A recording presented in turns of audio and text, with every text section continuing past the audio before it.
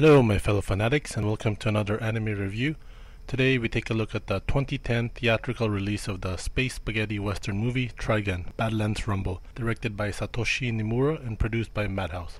I didn't even know this was in the works. Like, I've heard that this movie was being made, but it wasn't on my mind, even though I loved the anime series and I wanted to know more about the world Vash was living in.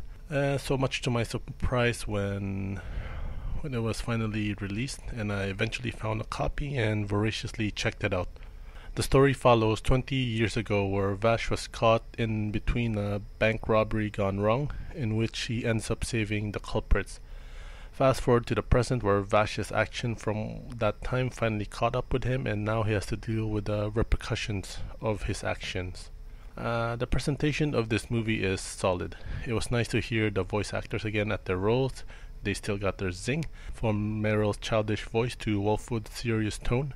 The animation is really well done at most points. There was some parts in the action scenes where it seemed it was slow and clunky, but for the most part it was good. The fight choreography was very well done. This movie is jam-packed with nice action sequences that has the signature Trigun flair, comedic combat, gun duels, and big explosions. The music as well plays a big importance in the presentation of this anime. From the folkish guitar picking to the western-inspired flute music, it sets the mood for this movie. The premise and the plot in this anime is quite simple, but there are some twists and turns. The pacing was done really well. There isn't a big lull in the middle, just a steady stream of ups and downs. The new characters introduced are interesting, and their backgrounds was quite developed in this movie. However, what this movie really does is that it dissects who and what Vash the Stampede is. What is he up to when he's not fighting the uber bad guys? What did he do before he met Meryl and Millie? What is the price he pays for enforcing his ideals onto others? What is family? What would you do for them? These are the types of questions that this movie asked.